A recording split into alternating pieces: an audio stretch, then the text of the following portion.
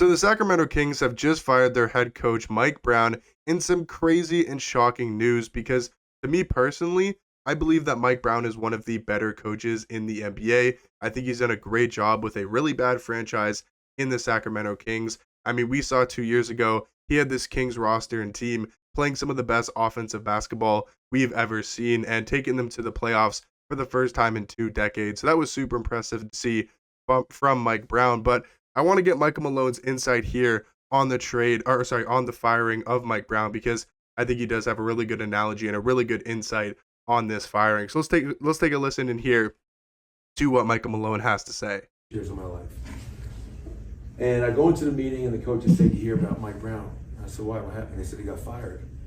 And at first I was really shocked and surprised. Then I caught myself. I said, why am I shocked and surprised? For two reasons. One, because as an NBA head coach, ultimately you're going to get the blame. When they win, it's going to go to Sabonis and Fox. When you lose, it's going to go to Mike Brown. That's the way it works. And I think he said that perfectly, Michael Malone, because that is exactly what happens in the NBA. And it's honestly one of the more disappointing things to see from, NBA fan bases and just the NBA community, because we've seen that a ton with the Los Angeles Lakers over the past couple seasons with coaches like Darvin Ham and Frank Vogel. When the Lakers win and when the Lakers are doing well, they put all that praise and all that love into LeBron James, Anthony Davis, or whoever has a really good game that ultimately gets them that win. But then when they lose, they go on a 5-game losing streak or they play really bad basketball.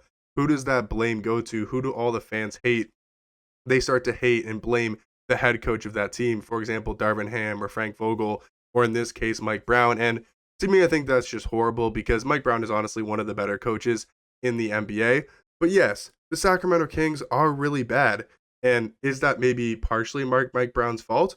Sure, if you want to put a little bit blame on the head coach, of course. I think he should be playing Keon Ellis a ton more than he's playing. He's only playing 20 minutes a game, and he's shooting 40% from three.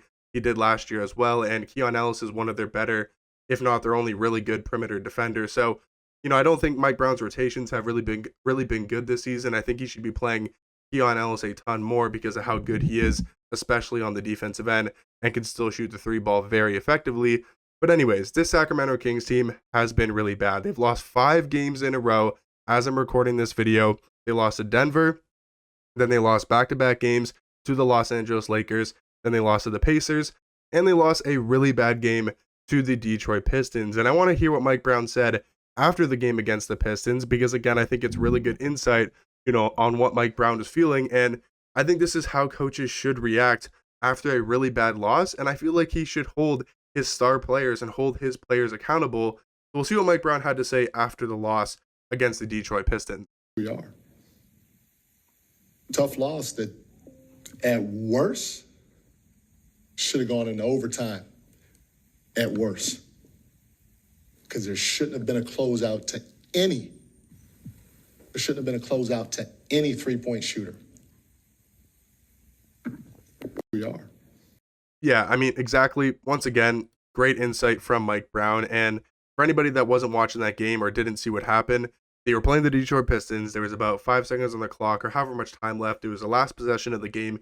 Detroit Pistons had the ball. Sacramento Kings were up by 3 points, right?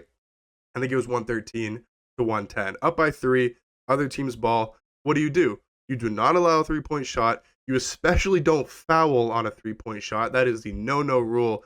You do not do that.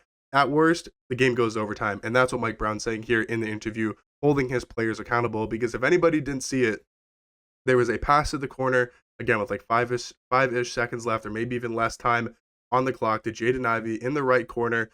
De'Aaron Fox, I don't know what he was doing. I don't know why he was playing super low, kind of near the paint area, kind of near the block area. What you should do in that situation, and what Mike Brown was telling his players to do, is you hug the 3-point line. If your guy's in the corner, he's guarding Jaden Ivey, you basically hug him at the 3-point line, right? If he's in the corner, you right up there at the 3-point line. If he wants to do a hard backdoor cut, you try your best to guard that, but you allow that dunk and allow that layup if that's what Jaden Ivey wants to take, if that's what the Pistons want to take, a wide open 2, sure, let them have that, inbound the basketball, go make 2 free throws, game's over, right? That's what you should do if you're a good basketball team, and that's what every single good basketball team does when they're up by 3 points on the last possession of the game and the other team has the basketball. You don't, number one, you try not to give up a 3. If you happen to give up a 3 and they make it, fair enough. But you don't give up you don't give up a contested 3 where you have to foul. Why are you jumping there? Why are you having to have a late closeout? I think Jaden Ivey pump fake, got De'Aaron Fox a jump, and then when that happens, he just bumped into him, took the 3-point shot, was somehow able to make that 3, and then he goes to the free throw line and knocks it down, and the Kings end up losing that game, which is a horrible loss for them. Like I said, they have now lost 5 games in a row, and they got to play the Lakers again tonight as I'm recording this video. Then they got to play Dallas, Philly, Memphis, Golden State, Miami. They got some really hard games coming up. Boston, like, they're going to be going on a huge losing streak, especially with not having their head coach, and that's just going to kind of throw off a lot of things for the Sacramento Kings team. But I personally like, from my head coach, if I'm a fan of the Sacramento Kings, I like him holding my star players accountable. I would love to see JJ Redick hold LeBron James and Anthony Davis accountable if they make a late game mistake, right? If it's just a mistake in the first quarter, maybe LeBron didn't help on a rotation, or maybe LeBron wasn't hustling back on defense, sure, right? You don't have to come out in an interview, in the post-game interview, and, go at LeBron James for messing up in the first quarter. But if you lose a game because of your star player and then making a careless mistake, I like my coach doing that. I like my coach holding these players accountable in the media. So I have no problem with that from Mike Brown. And I know that post was saying, oh, that's the reason why he got fired. I don't think that's the reason why he actually did get fired. But either way, I think it's really bad to see from the Sacramento Kings organization. I don't think this firing is really going to help them in any single way. We can take a look at the NBA standings here in the Western Conference and just see how bad the Sacramento Kings are doing. They're all the way in 12th place behind the Golden State Warriors. They've lost 5 games in a row. They're 4-6 in their last 10 games. And if we're realistically talking about the standings and where they potentially could finish, they are going to have to be trying to fight for a play-in spot and then hopefully maybe make it into the first round of the playoffs and maybe try to upset a OKC or a Dallas Mavericks or Memphis Grizzlies, which just probably is not going to happen. But if you're the Sacramento Kings, do you try to rebuild in this situation? Because there is some rumors speculating about a De'Aaron Fox trade, and I don't know if that's the best move if you're the Sacramento Kings, because you signed DeMar DeRozan in the offseason, right? You made a huge signing in the offseason, trying to, make your own big 3 and try to compete in the NBA. So then now the next season, right? I understand you're 13-18 and you're not playing good basketball and you're really struggling, but do you go out and trade your franchise best player? I mean, you'll probably get a lot of good assets for De'Aaron Fox. You'll probably get at least 3 first-round picks, 4 first-round picks, and maybe a couple good young assets. Could be worth it, but then do you go out and you try to trade a DeMar DeRozan? You try to go out and trade a Domantas Sabonis? Like, what is your game plan here, moving forward? Because Doug Christie is now the interim head coach for the Sacramento Kings team, and I'm not sure what he can really do to help this roster and to help this team start winning basketball games. Maybe just a change of scenery will help, and maybe they'll start rallying up some wins together. I would like to see him play Keon Ellis a ton more because, like I said before, I think Keon Ellis is kind of the missing piece that Mike Brown wasn't really playing in this rotation a lot more. He was only playing 20 minutes a night. I think he should be at least a 30-minute-a-night player, maybe even 35 minutes closing lineups. I would not hate to see Keon Ellis out there, but Sacramento is a complete disaster. I'm not even really sure where you go from here.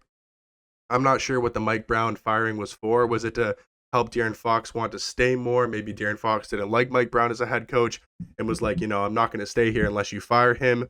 What was it, the opposite? Are they kind of just trying to blow it up and going to fire Mike Brown, trade De'Aaron Fox, trade DeMar? Like, what's the situation going on here in Sacramento? But let me know in the comment section down below. What do you guys think about this firing of Mike Brown? Personally, I think it's a really bad move. I would love to see an NBA team go out there and get Mike Brown either as an assistant coach or a head coach. I think he'd be very valuable for a lot of NBA teams out there. But let me know what you guys think about this situation in Sacramento. To me, it seems like a complete disaster, and it's just horrendous for the Sacramento Kings fans. But let me know in the comment section down below what you guys think about this situation, and I'll catch you guys in the next one. Peace.